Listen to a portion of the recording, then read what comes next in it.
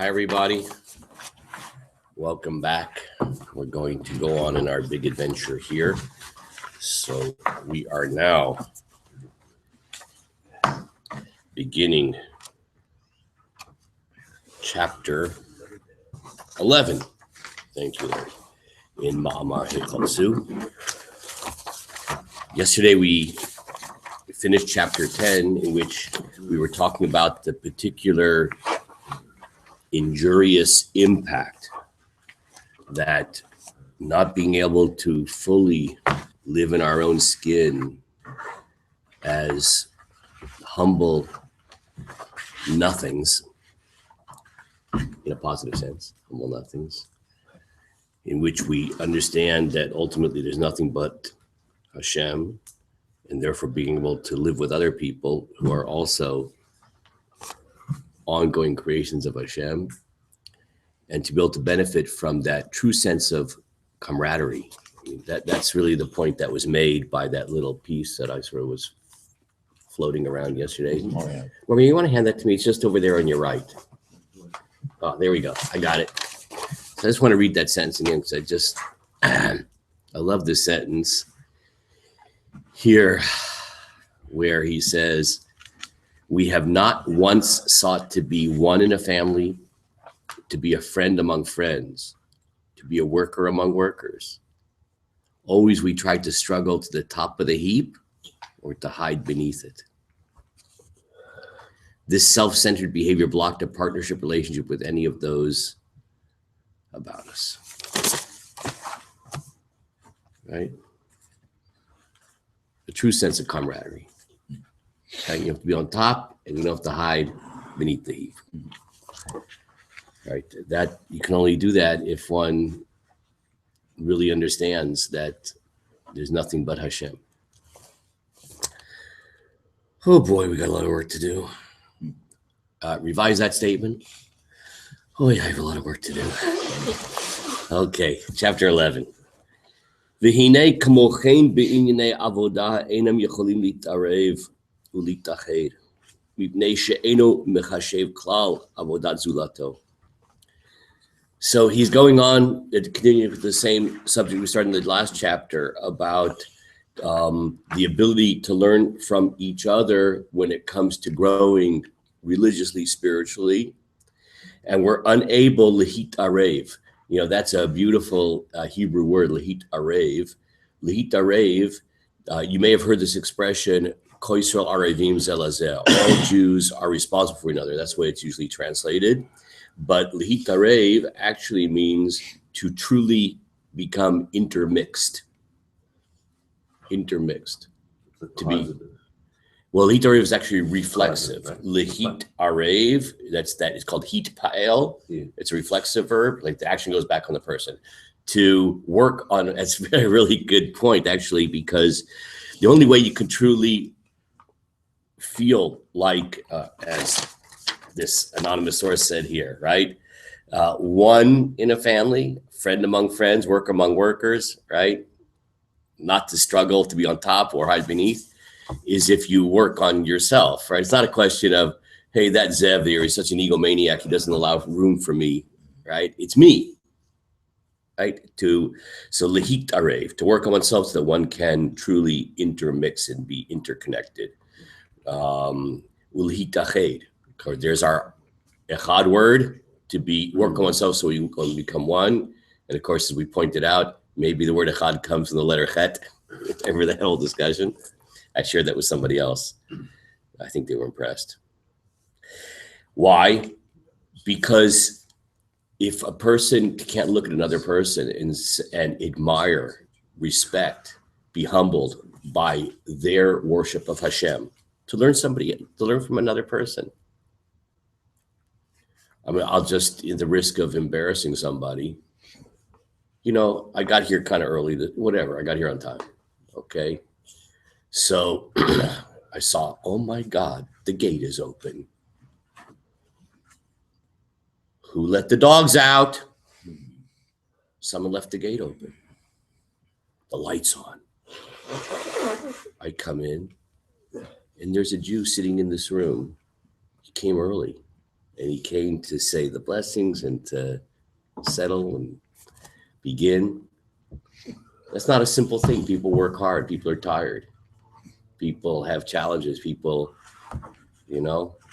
not feeling so well. And to wake up so early and to come and to spend a few minutes in quiet to be able to begin the davening process. And what's amazing is it's,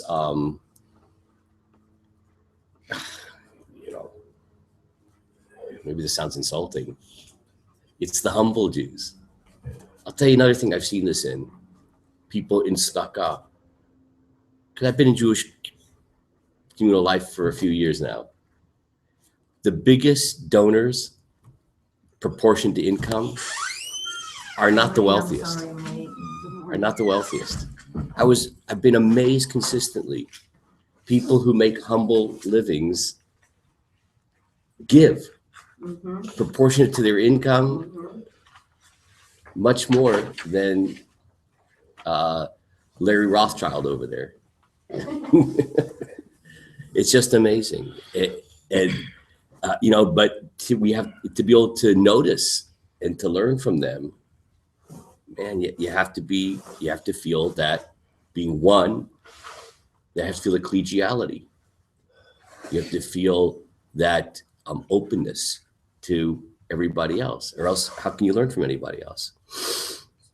And instead what happens, unfortunately, the exact opposite. Ve'eno choshevo to loved. You look at another person and you don't even see them as being someone who serves Hashem.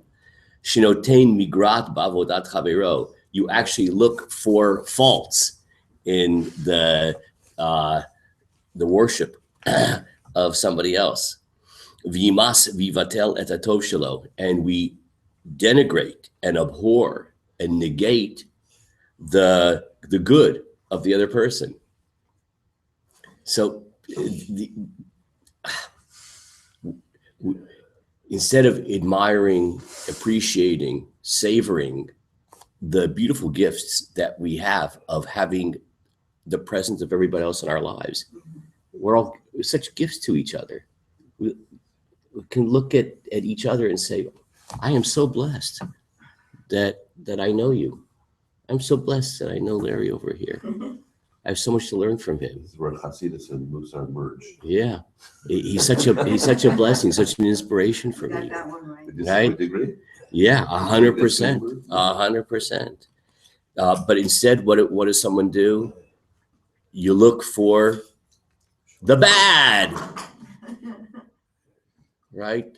You look for the little cracks that you can then spin in a negative way and negate that person.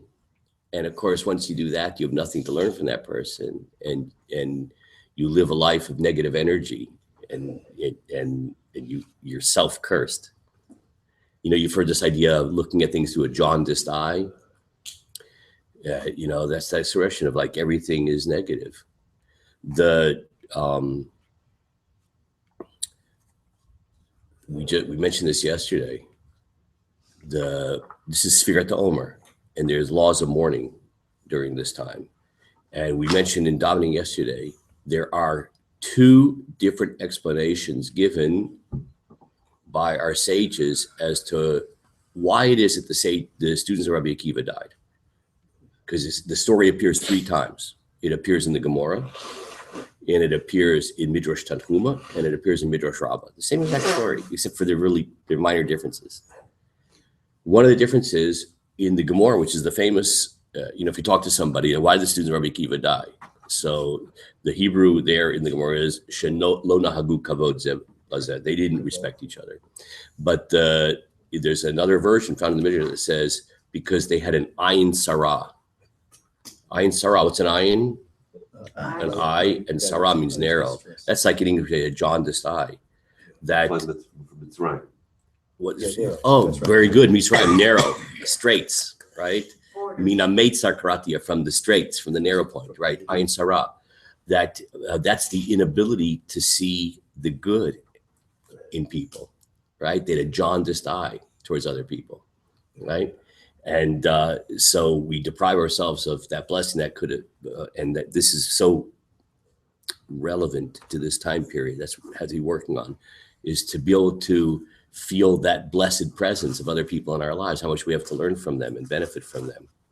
Umashi yimtza bo ezer chisaron, af gam bechitzoniyut she'eino nogea leguf ve'etzem havodat klal yagil v'yarchiv hadavar. What we do is we look for some kind of little deficiency in the other person, even if it has nothing to do with the way they worship Hashem. You know, you don't like the clothes they wear, some ridiculous thing. And what does a person do? They then expand it and widen it. V'daber b'zeh harbeh, and you talk about lashon hara, like you focus, obsess on that person's negative, so-called negative quality. V'yivazeh, and then you scorn and mock that person. Umikol shekain kishenimtza bo ezer midah lo tova, and the more so if it's not just you don't like the way they dress, but if you find some character default in another person, asher ein adam tzaddik, and that's not hard to do, right? It's not hard to find a character deficiency.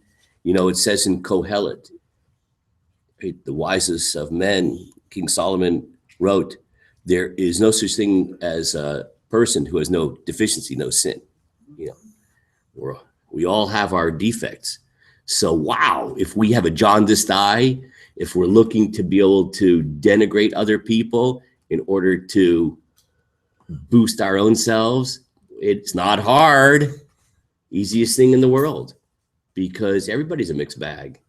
So it's easy to find that little thing to latch onto, that negative quality